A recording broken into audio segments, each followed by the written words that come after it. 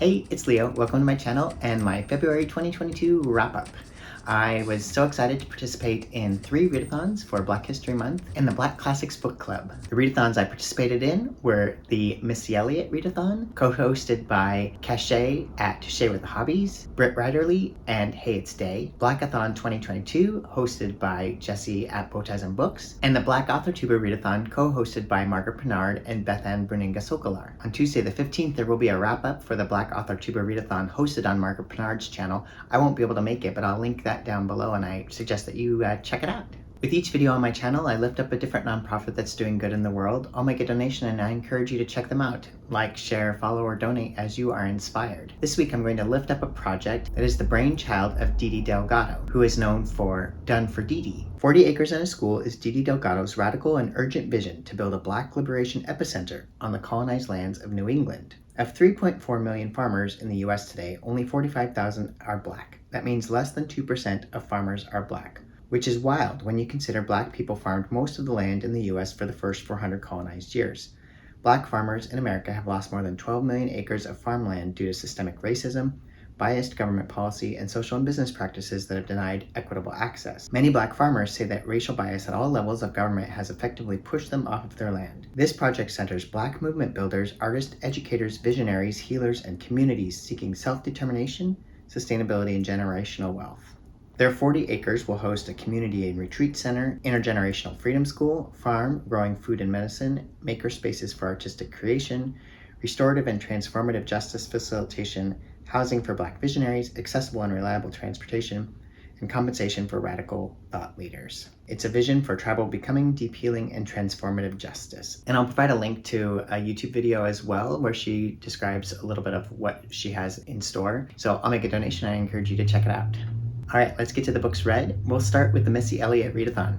Prompt 1 for this was Gossip Folks, and that was a book with LGBTQ rep. And for that prompt I read All Boys Aren't Blue by George M. Johnson, and I reviewed that on my February Queer Shoutout book reviews, which I'll link and put a card up for. All Boys Aren't Blue is a memoir on growing up as a young gay Black man and is full of affirmations and encouragement as well. Okay, prompt 2, 1 Minute Man, a book with Black romance. For this prompt I read 7 Days in June by Tia Williams, and this is a 5-star book that I definitely recommend you pick up. This is a second chance romance between 2 authors. We have Brooklynite Ava Mercy, who writes vampire erotica, who's invited to more of a literary kind of writer's panel, and she's very nervous about this. This other author, Shane Hall, who has written these profound literary fiction pieces and is reclusive, is also, he shows up and he just appears in the audience, and the agent invites him up on stage as well. And there's this moment between the two where no one knew they even knew each other, but obviously something happened and there's tension and chemistry and who knows what. And the story follows them as they reconnect, and we also flip back in time to high school when they first met. Now, I do recommend that you check out the trigger warnings for this book. They both were experiencing a lot of trauma as they met, and that is part of what bonded them together at the beginning. But one of the things I love about this book is that it's more than just like a trauma bond. Their conversations go deeper than that. I don't know if I can do this book justice in a review. The writing is smart, the characters are complex and funny. There are legitimate laugh out loud moments from the beginning scene. Ava is a divorced mom. Ava wants to be very intentional about not passing on the traumas that she experienced as a child onto her daughter. And I think that is done really well. And also they talk about what kind of work they need to do to repair their traumas. In this book, the romance is hot, the conversations are deep, characters are riveting, there is chronic illness rep, great depiction of the Black literati scene, really interesting interactions and conversation about the authors and fan bases of both the erotica and the literary fiction genres. We learn about how Ava and Shane both have been trying to work out their issues in their writing. There's also a subplot about trying to help and mentor at-risk youth. There's conversation about artistic intent and writing for passion projects versus writing for income streams. There's a subplot with the daughter. She's a great character. I enjoyed her as well. I think I'll just stop talking now, but it was really great. 5 stars. I bought it and listened to it on Libro FM, and I may also buy a paper copy. So I definitely recommend it, and I'd love to know, have you read 7 Nights in June, and what did you think? Okay, prompt 3 in the Missy Elliott Readathon is Work It, a coming-of-age trope. For this, I read Let's Talk About Love by Claire Kahn. This is the love story of an asexual biromantic Black young woman, and I reviewed this on my February Queer Shoutout video. Prompt 4, The Rain, Super Duper Fly. Read a book from an author's backlist, at least 5 years old. For this, I went a little further back than 5 years, and I read Jesus and the Disinherited by Howard Thurman, and this was first published in 1949. And I was intrigued by this book because I had heard that Howard Thurman was a mentor of Martin Luther King Jr.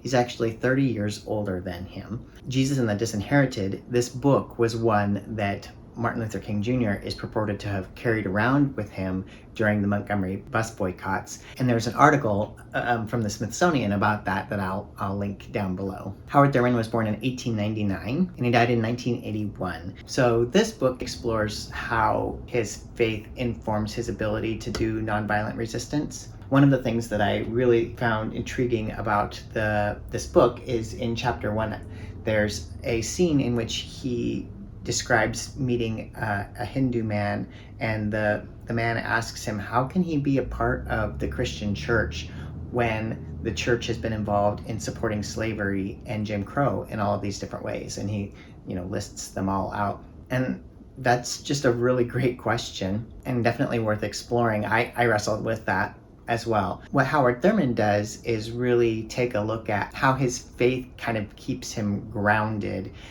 and preventing his heart from turning into hate. For him, nonviolence was a principle that came out of his spirituality. So this book really explores that. And this book was also interesting in talking about how love is what was important rather than letting our hearts turn to hate. So if you're interested in kind of exploring some of the theological backgrounds to the civil rights movement, as well as one of the mentors of that age, then I definitely recommend you check this out. Okay, prompt 5 for the Missy Elliott Readathon is Lose Control, a multi-POV book. And for this, I read Sing Unburied Sing by Jesmyn Ward. This is a Southern Gothic road trip novel with an element of magical realism. So our 3 POVs are Jojo, a 13-year-old boy, Leonie, his mother, and another 13-year-old boy who's a ghost of an inmate at a penitentiary. So definitely on this one, I recommend that you check out the trigger warnings as well. Leonie, the mother, is a Black woman, and her boyfriend is a white man who comes from a very bigoted family. This is in the heart of Mississippi, and it was published in 2017, and it's probably contemporary-ish, is my sense. Michael, this white man, is the father of Jojo and Jojo's younger sister. Leonie is not a good mom and basically consistently chooses drugs and her boyfriend over her 2 children. She also sees visions of her dead brother. We learn in the book how he died. Jojo and Kayla are principally raised by Leonie's father and mother, and so they live with the grandpa and grandma. Towards the start of the story, Michael, the father, is going to be released from prison, and so Leonie packs up Kayla and Jojo and grabs her best friend, and they drive up to go and pick up the father and bring him back. So that's the road trip element. This was a hard and sad read, and I didn't like the mother. I was so frustrated when she would make choices that weren't healthy for her or for her children. And I know that, she had a rough time too, but I just really wished that she had made different choices. I really liked Jojo and the grandfather character. I thought that the storyline with the ghost that we meet at the prison when they pick up the father was really good. It's powerful. Again, not an easy read, but I'm glad I read it. Prompt 6. Throw It Back, a book set in high school or written while you were in high school.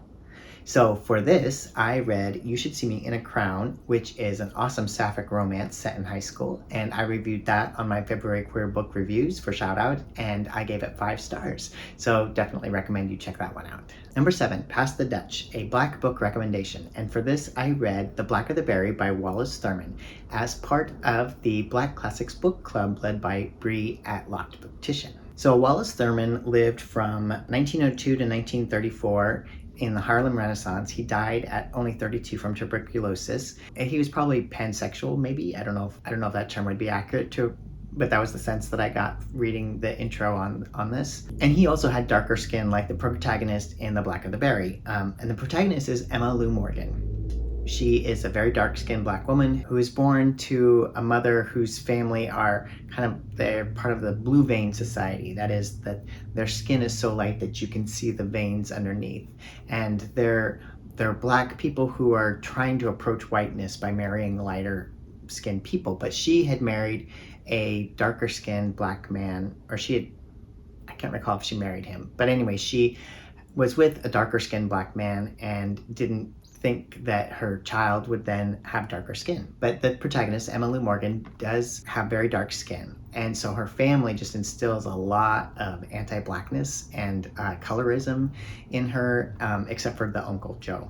So she grows up in Idaho where she really doesn't know anyone as black as she is, because the father is not part of her life long before the book starts. After graduating from high school, she winds up going to Southern California. Then she winds up going to New York in Harlem. And it's very frustrating because of all of this entrenched self-loathing and anti-blackness that then she also projects onto other people who have dark black skin. She spends a lot of her time trying to figure out how to get associated with the right kinds of people, and in doing so makes really bad choices and also is not a good friend to people with darker skin like herself. These bad choices and the lack of self-awareness is hard to read and is frustrating, but causes some really good reflection on like, what does it mean to internalize all of these messages where if you don't think you're good enough, what does that mean for how you treat others who are like you? One thing to note is that she has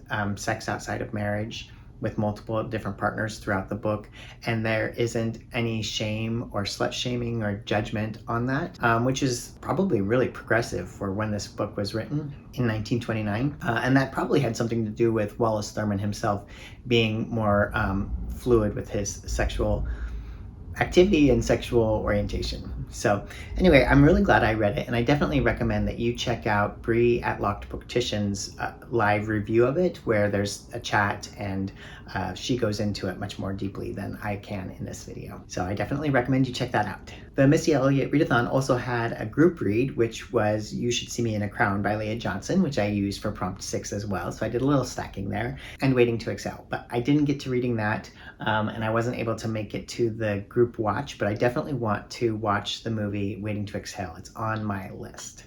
So hopefully I can get to that this month. All right, for Blackathon 2022, there were 4 prompts for the team that I'm on, Team Literature, Contemporary, and Nonfiction, co-hosted by Luxurious Blue. So prompt 1, I kind of fudged a little bit maybe on. It is a book that explores the duality of blood and found family. For this one, I'm applying a book that I wanted to read and that came up on my library hold, and so I think it'll work. And that is Ring Shout by P. Djeli Clark, which definitely has found family elements in it. There might not be the blood family element, but huge found family in this. Ring Shout is set in Macon, Georgia in 1922 in a world where there is a supernatural element that are these Ku Kluxes, which resemble a person in a white hood, much like a Ku Klux Klan member. They prey on hatred and try to, sow violence and fear and basically cause a lot of suffering.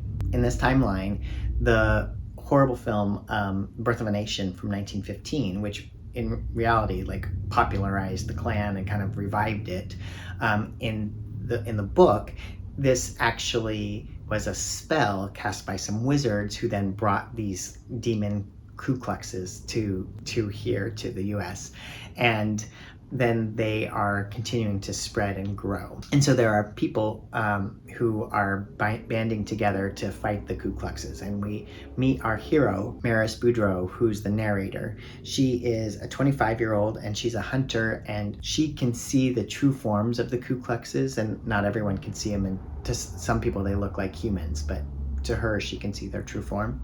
She also can summon this sword that is really supernatural and kind of imbued with powers or voices of dead Africans that then their anger kind of powers the sword. The found family element comes from kind of the friends that she's made along the way in terms of fighting these Ku Kluxes. So we have Sadie Watkins, who's a 21-year-old loudmouth companion, and she's a kind of a sharpshooter.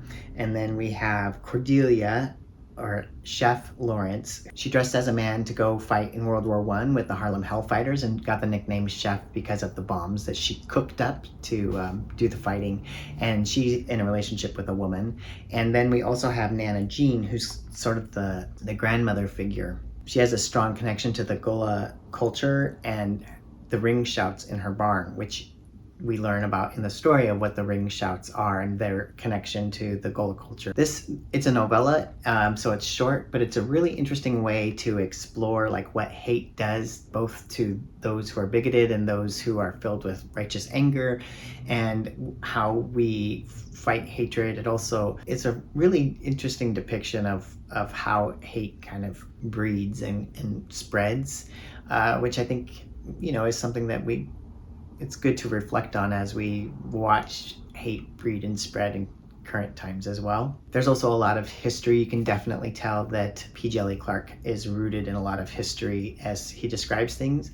Some people have said that there was too much like info dumping of the history, but I didn't find it to be disruptive for me. So I enjoyed it. I'm glad I read it. Prompt 2 for the Blackathon 2022 is a book that is not set in the US, UK, or Canada.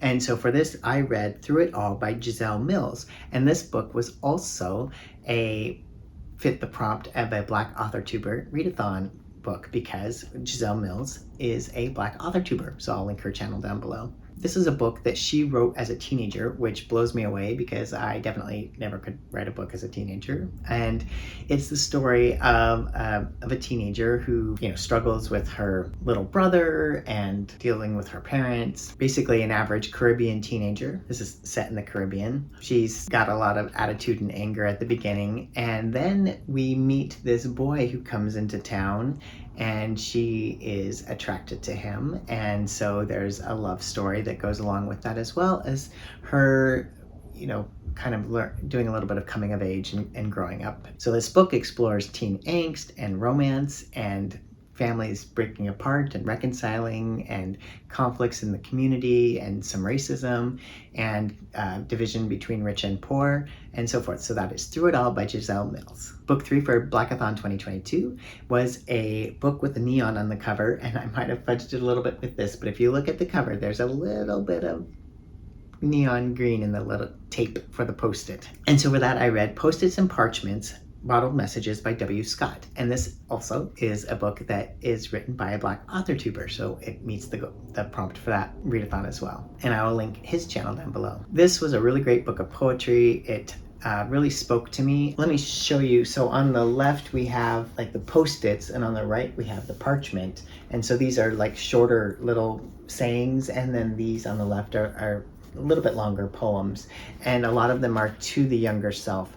And I just found some real words of encouragement and food for thought and things that, you can see that I flagged them. I'm going to go back and try to remind myself. I'm glad I bought and read this book. And also, then I went ahead and bought a book that W. Scott is the editor of, which is an anthology of poems, prose, and short stories, Ungraceful Bones. This is relating to mental health. So I didn't get a chance to read this yet, but I'm looking forward to it.